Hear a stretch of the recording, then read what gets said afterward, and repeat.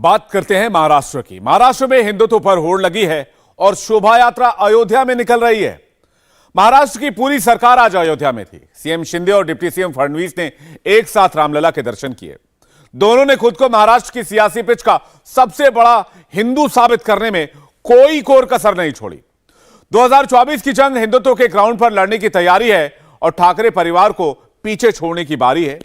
कितने कामयाब होंगे शिंदे और फडणवीस, एक रिपोर्ट देखते हैं। अयोध्या में महाराष्ट्र वाली भव्य आरती, राम की पैड़ी पर शिंदे कैबिनेट की आरती, सरयू तट पर आस्था वाली संध्या आरती। रविवार को अयोध्या में आस्था का ये सैलाब पूरे देश ने देखा। हिंदुत्व की रेस में शिंदे सरकार ठाकरे सेना से बाजी मारती दिखी। महाराष्ट्र में विरोधी आक्रामक हैं, मगर सरकार ने पूरा दिन अयोध्या में गुजार दिया।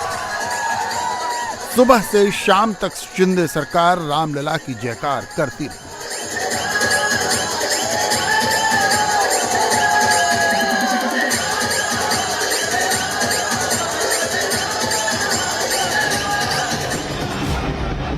रविवार को पूरी अयोध्या महाराष्ट्र के रंग में रंगी थी। मराठियों का पेशवाई भगवा गली गली लहरा रहा था। सीएम शिंदे अपनी पूरी कैबिनेट के साथ अयोध्या में थे, तो डिप्टी सीएम फडणवीस भी आनन फानन अयोध्या पहुंच गए। फडणवीस का हिंदुत्ववादी तेवर आजकल सर चढ़कर बोल रहा है। ये तेवर बता रहा है कि महाराष्ट्र में 2024 की लड़ाई का फोकस हिंदुत्व ही होगा, हिंदुत्व ही बनेगा। शिंदे फडणवीस फौज को खतरा न एनसीपी से है न कांग्रेस से। जहाज में छेद का डर केवल ठाकरे की ठोक से है, इसलिए आस्था के स्वर में अटैक सियासी है। देश में राम राज्य ही चलेगा और राम को मानने वाले ही देश पर राज करेंगे। जो राम जी की बात करेंगे वही देश पे राज करेंगे। राम जी को मानने वाले एकनाथ शिंदे जी महाराष्ट्र के मुख्यमंत्री बने हैं। महाराष्ट्र में भी राम जी को मानने वाली सरकार आई है। जो राम जी के अस्तित्व पर प्रश्न चिन्ह लगाते थे, पूछते थे क्या सबूत है, राम जी अयोध्या में पैदा हुए, वो घर बैठ गए और जो राम जी को मानते हैं वो सरकार में आ गए। ये राम जी की महिमा है, ये महिमा हमारे हनुमान जी की है। एकनाथ शिंदे तो एक दिन पहले ही यूपी आ गए थे, मगर डिप्टी सीएम फडणवीस के अयोध्या पहुंचने की खबर रविवार को आई। फडणवीस और शिंदे ने एक साथ रामलला के दर्शन किए, एक साथ रामलला का आशीर्वाद लिया, एक साथ आरती ली, जिससे विरोधियों को ये बोलने का मौका न मिले कि बीजेपी और शिंदे की शिवसेना अलग अलग राह चल रहे हैं। हिंदुत्व की विचारधारा पर दोनों ही दलों को एकजुट दिखना है, मजबूती से खड़े रहना है, क्योंकि हिंदुत्व के पिच पर अब की टक्कर ठाकरे गैंग से है। शिंदे जब मीडिया से मुखातिब थे तो वहां भी यही सुर सुनाई दे रहा था। एक ही बात मैं कहूंगा कि जो 2019 में लोगों के दिमाग में, दिल में जो बात थी, जो हम लोगों का मैंडेट था, जनता का मैंडेट था, लोगों की अपेक्षा थी कि महाराष्ट्र में शिवसेना भारतीय जनता पार्टी की सरकार बने। सर, क्योंकि साथ में चुनाव लड़े थे हम, लेकिन चुनाव लड़ने के बाद अपेक्षा लोगों की यह थी कि सरकार बनेगी भारतीय जनता पार्टी शिवसेना के साथ। लेकिन कुछ स्वार्थ और कुर्सी की लालच में यहाँ पर गलत कदम उठाया गया, लेकिन हम लोगों ने 8-9 महीने पहले उसको सुधार दिया। जो लोगों की अपेक्षा थी वो हमने वैसी सरकार स्थापित की, और इसीलिए तो आप जानते हो कि जहां जहां हम लोग जाते हैं लोगों का इतना बड़ा प्रतिसाद होता है, लोगों के चेहरे से दिख जाता है क्या है उनके मन की बात, जो थी उनके दिल में जो था, वैसी सरकार हमने स्थापित की है। और हम खुलेआम यहाँ पर आज हमारी दोनों की विचारधारा को लेकर यहाँ पर अयोध्या में दर्शन के लिए आए हैं।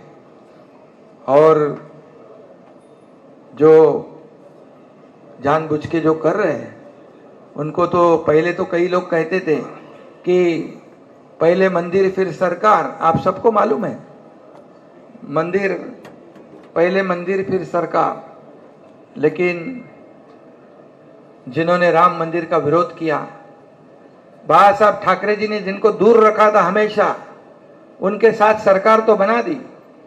मंदिर तो वो मंदिर के लिए कुछ नहीं कर पाए, लेकिन मंदिर के करने के लिए मोदी जी सक्षम है और उन्होंने मंदिर का निर्माण शुरू कर दिया। बाला साहब ठाकरे जी का सपना पूरा करने का काम मोदी जी ने किया है। पहले यह भी कहते थे कि मंदिर वही बनाएंगे, तारीख नहीं बनाएंगे, वह तारीख नहीं बताएंगे। क्यों? किसके ऊपर आरोप था आप समझते हो। लेकिन मोदी जी ने मंदिर भी बना दिया और तारीख भी बता दिया। इससे पहले एकनाथ शिंदे आदित्य ठाकरे के साथ अयोध्या दौरे पर आए थे। उस यात्रा के दौरान उनका रोल महज प्रबंधक का था। आकर्षण का केंद्र आदित्य ठाकरे थे, मगर अयोध्या दौरे से वापस लौटते ही खेल हो गया। शिंदे ने बगावत का झंडा बुलंद किया और ठाकरे से अलग हो गए। आज कानूनन असली शिवसेना भी उनकी है और शिवसेना का तीर कमान भी उनका है। शिंदे की इस यात्रा पर आदित्य ठाकरे ने क्या टिप्पणी की, ये भी गौर करने लायक है। आदित्य के मुताबिक शिंदे को अयोध्या जाने का हक ही नहीं है। जिस राज्य में कायदा सुव्यवस्था लॉ एंड ऑर्डर ऐसी खराब हो, जिस राज्य में किसान आत्महत्या कर रहे हो, जिस राज्य में महिलाओं पे अत्याचार बढ़ते चले हो, ये हिंदुत्व का राज्य नहीं है, रावण राज्य है। और वैसे ही लगने लगा ये राम राज्य नहीं है और इन्हें अयोध्या जाने का कोई अधिकार नहीं बनता। आदित्य ने तो अपना आक्रोश जाहिर किया, लेकिन ठाकरे परिवार के सिपहसालार संजय राउत अपने बयान में कुछ कंफ्यूज नजर आए। बजाय शिंदे फडणवीस पर सीधा हमला करने के, राउत उन दिनों को याद करने लगे जब शिवसेना एक थी, उसके नेता अकेले अयोध्या जाते थे और बीजेपी उनके साथ नहीं होती थी। अयोध्या और हिंदुत्व की बात करने की बजाय उन्हें महाराष्ट्र के किसान याद आ रहे थे। लेकिन ये बीजेपी के लोग कभी हमारे साथ तो नहीं आए थे शिवसेना के साथ। जब बाबरी का मुद्दा हो गया तो भाग गए थे हमको छोड़कर, लेकिन अब जा रहे हैं गद्दारों की उंगली पकड़कर। तो आपको क्या लगता है प्रभु श्री राम उनको आशीर्वाद देगा? आप देखो मुंबई में आने के बाद सरकार को क्या होता है। बेईमानों को कभी प्रभु श्री राम का आशीर्वाद नहीं मिलता है। आप वेट एंड वॉच। महाराष्ट्र में बारिश हुआ है, ओले पड़े हैं, किसान रो रहा है और सब कुछ छोड़कर ये सरकार अयोध्या में पहुंच गई है। आइए अब महाराष्ट्र की सियासी कीमियागिरी को जरा करीब से समझते हैं। एक तरफ उद्धव गुट को हिंदुत्व की पिच पर रन आउट करने की कोशिश है, तो दूसरी ओर अघाड़ी का जहाज शरद पवार के बयानों में हिचकोले खा रहा है। पवार ने उन्हीं अडानी के मसले पर राहुल गांधी से एकदम उल्टी लाइन ले ली है।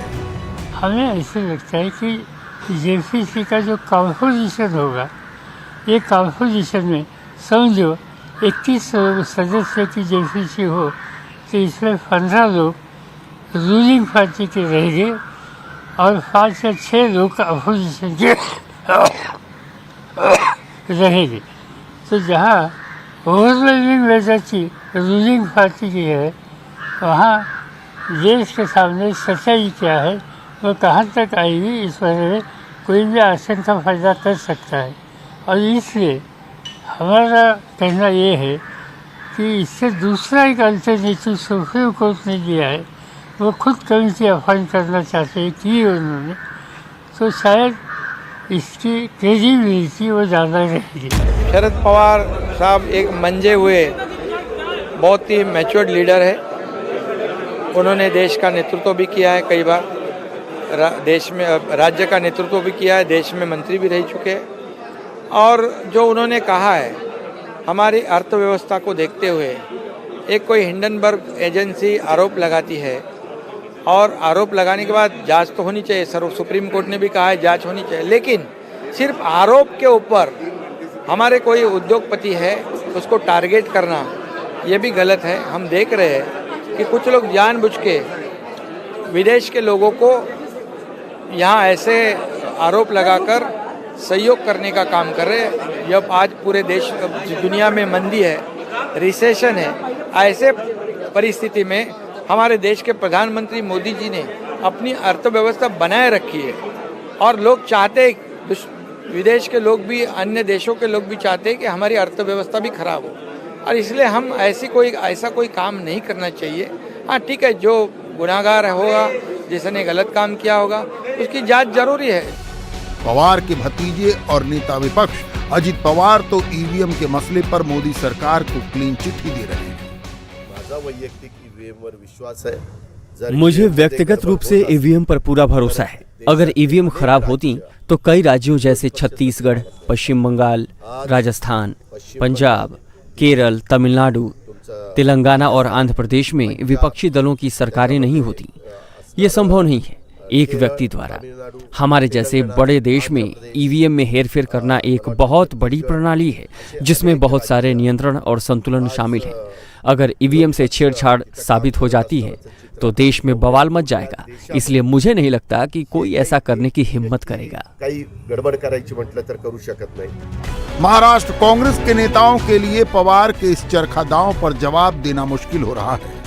प्रदेश अध्यक्ष नाना पटोले ने कहा, सबकी अपनी अपनी राय है। अगर सबकी राय अलग है तो गठबंधन आखिर किस बात का है? उनका व्यक्तिगत मत हो सकता है। आपको याद होगा कि जब भी कोल स्कैम हुआ था, ऐसा जब आरोप हुआ था, तब भी कोर्ट की कमेटी बिठाई गई थी। तब भी अपोजिशन के कहने के आधार पर उस समय भी जेपीसी की गई थी। तो पवार साहब का व्यक्तिगत वो मत हो सकता है, लेकिन मोदी जी अदानी के मैटर में क्यों डर रहे हैं, ये सवाल अब देश की जनता पूछ रही है। शरद पवार जी का व्यक्तिगत मत हो सकता है। हम जनता की आवाज़ बनकर कांग्रेस ने ये भूमिका रखी। हमारे साथ कई दल हैं जिन्हें अदानी के बारे में सवाल पूछे हैं। तो इसलिए मैं ये नहीं कहता कि शरद पवार जी ने ये क्यों कहा है, हमें हमारा इशू नहीं है। वो शरद पवार जी का व्यक्तिगत मत हो सकता है। ये कुछ वैसा ही बयान है जो संजय राउत ने सावरकर पर राहुल गांधी के बचाव में दिया था। मगर बीजेपी ने जो सावरकर को मुद्दा बनाया तो अब तक गौरव यात्राएं जारी हैं। गौरव यात्रा में मजम्मत भले ही राहुल गांधी की हो रही हो, सबको पता है कि निशाने पर पूरी अघाड़ी है। अघाड़ी के दिए की बाती में दोनों तरफ से आग लगी है। दिया कब तक जलता है ये देखने की बात होगी। इंडिया टीवी हर वक्त हर जगह डाउनलोड करने के लिए सर्च करें India TV news Google play store या ऐप स्टोर पर।